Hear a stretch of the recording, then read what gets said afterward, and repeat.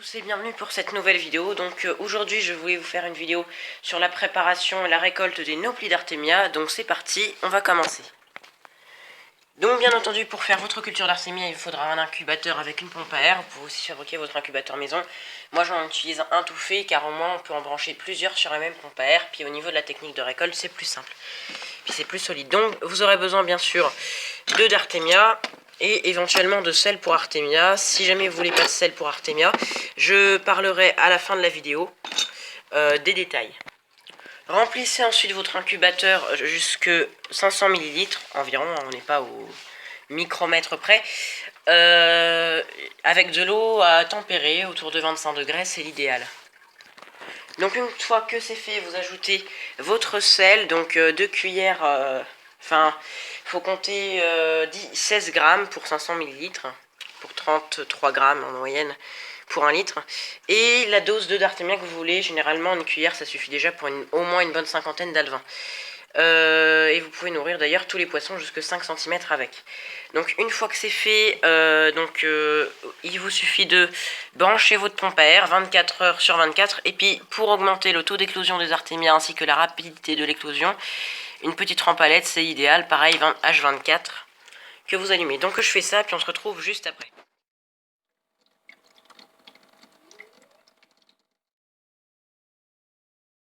Voilà notre culture au bout de 48 heures. Là, au moins, au bout de 48 heures, vous êtes sûr que toutes les Noplis qui ont dû éclore ont éclos. Donc, pour la récolte, je vais vous montrer ma technique. Donc, il en existe d'autres. Moi, je vais vous expliquer la mienne. Donc, j'éteins bien sûr ma rampe à LED.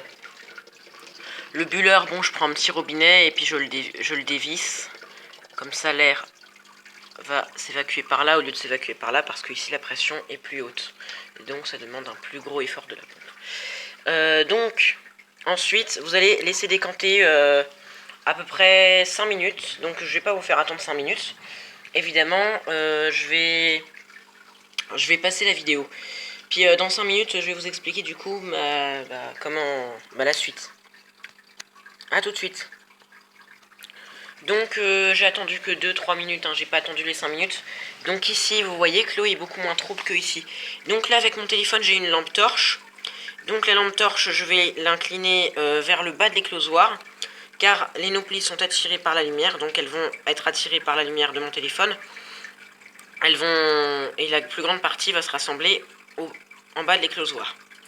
Donc c'est important de laisser décanter pour que les coquilles d'œufs vides et les œufs qui n'ont pas éclos, qui sont indigestibles pour les alevins, se rassemblent bien en haut. Voilà. Donc c'est bon, hein, pas besoin d'y passer 2 heures. Maintenant, j'ouvre le robinet délicatement. Je vais faire avec l'autre main pour pas tout vous cacher. Pas trop vite parce que sinon après vous allez vous retrouver avec un tas de Noplis. Il faut vraiment faire ça, pas forcément goutte à goutte, enfin même, ouais, carrément goutte à goutte en fait. Je peux y aller là, je peux y aller.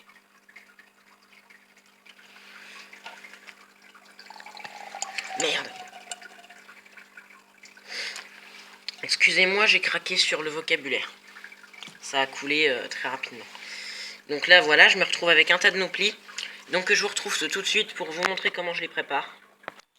Donc, je vais déjà désolidariser le... Bon, là par contre, je vais devoir faire pause pour que toute l'eau s'écoule. Parce que sinon, évidemment, il y a un appel d'air, puis l'eau peut pas s'écouler ici. Donc voilà. Donc par contre, l'eau là... Bon, il y a des Noplis qui sont passés, c'est parce que j'ai renversé mon tamis, en fait, j'ai fait une bêtise. Mais normalement, là, il vous reste que l'eau salée, vous pouvez la remettre dans votre éclosoir. Donc ensuite, avec de l'eau tempérée, à peu près 25 degrés, vous allez laisser couler doucement. Puis vous allez bien rincer vos Noplis pour bien enlever toute l'eau salée. Vous voyez rien du tout. C'est pas grave, de toute façon il n'y a pas grand chose à voir. Donc une fois que c'est fait, pas besoin non plus d'y passer 2 heures. Vous retournez votre tamis et puis vous faites la même chose.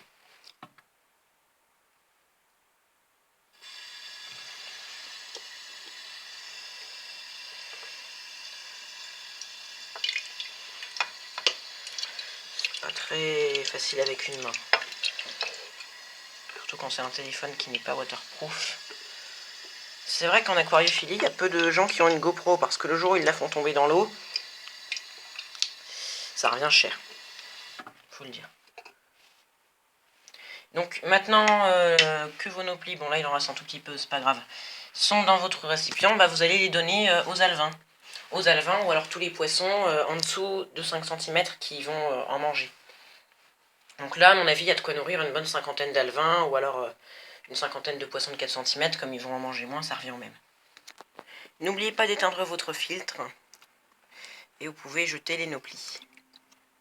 Les 2 premières fois, en général, ils vont pas y toucher, que ce soit des alevins ou des gros poissons.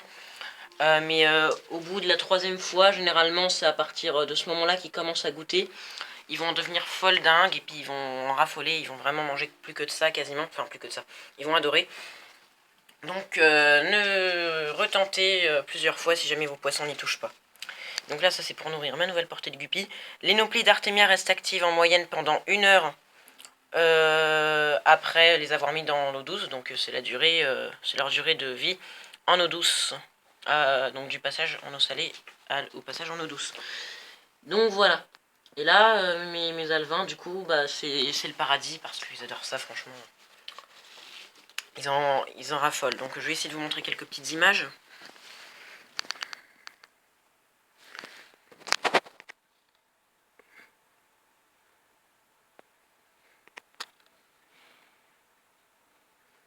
Vous voyez vraiment les noplis se déplacer.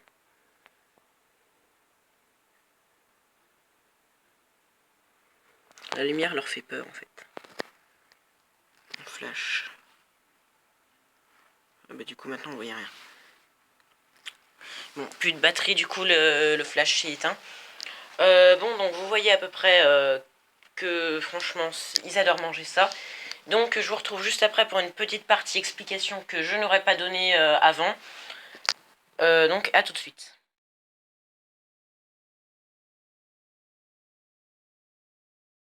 Donc et voilà, comme promis à la fin, la petite partie explication. Donc pour le nettoyage de votre incubateur, c'est pas utile de garder la même eau car elle est déjà polluée par les noplis mortes, les coquilles vides et les cystes non éclos. Donc rincez 2 ou 3 fois l'éclosoir sans détergent, puis voilà le tour est joué. Par rapport à la conservation des œufs, en fait, contrairement aux rumeurs, aucune perte au niveau du taux d'éclosion n'est constatée à l'œil nu, déjà sur une bonne année boîte ouverte.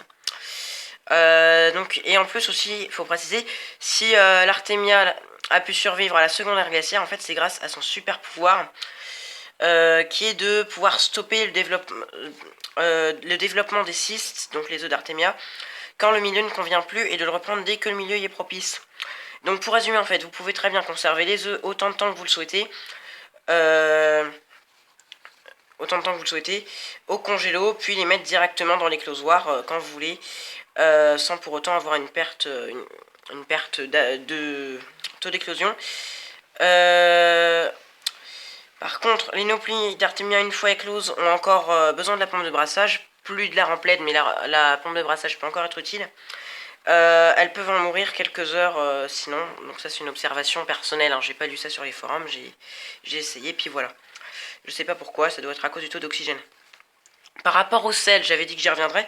Tous les sels peuvent être utilisés, même le sel iodé, fluoré ou l'un ou l'autre, ou aucun des deux. L'utilisation d'un sel commercial, ça peut aider à conserver nos plis un peu plus longtemps grâce aux microalgues qu'il contient, donc je sais pas trop combien de temps par contre. Par contre, c'est inutile parce que pour les alevins, faut donner les noplis, les larves d'Artemia, hein, les noplis d'Artemia c'est les larves, dès la naissance avant que leur sac vitelin, leur réserve de nourriture, autrement dit, soit consommé pour garder une qualité nutritive excellente. Un autre avantage du sel est l'effet tampon pour le pH, donc si votre pH de l'eau de conduite est supérieur à 5, pas besoin de ça. Voilà. Donc c'est pas utile par contre pour l'élevage, ouais. Ouais, c'est pas utile pour l'élevage par contre des artémias si jamais vous voulez les élever jusqu'à la taille adulte, parce que là dans ce cas là vous allez ajouter, on y reviendra. Concernant l'élevage justement j'avais dit qu'on y reviendrait, donc 15 jours pour obtenir des artémias adultes, 2 semaines.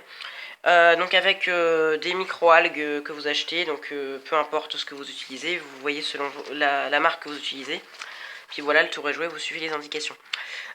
Concernant le mélange de sel et œufs, donc de certaines marques font ça. Perso, je n'utilise pas, il y a plusieurs raisons. Donc premièrement, si un jour vous n'avez pas besoin de sel spécifique, Alors si vous faites une erreur dans le dosage, bah voilà, c'est pas très pratique. Ensuite, vous pouvez pas choisir la quantité de cystes et vous avez avantage à acheter une boîte de chaque par rapport au coût et la quantité. Merci d'avoir regardé ma vidéo jusqu'à la fin. N'hésitez pas à aller jeter un coup d'œil à la chaîne de Les Aquariums de Lucas, mon collaborateur. S'il vous reste un peu de temps, n'hésitez pas à aller voir mes autres vidéos. Pour plus de vidéos aquariophilie, abonnez-vous en cliquant juste au milieu sur mon logo qui s'affiche juste au milieu de votre écran. Tous les liens sont cliquables, que vous soyez sur PC, Mac, tablette ou mobile. Si vous avez aimé la vidéo, mettez un pouce bleu. Si vous avez des questions, c'est dans les commentaires.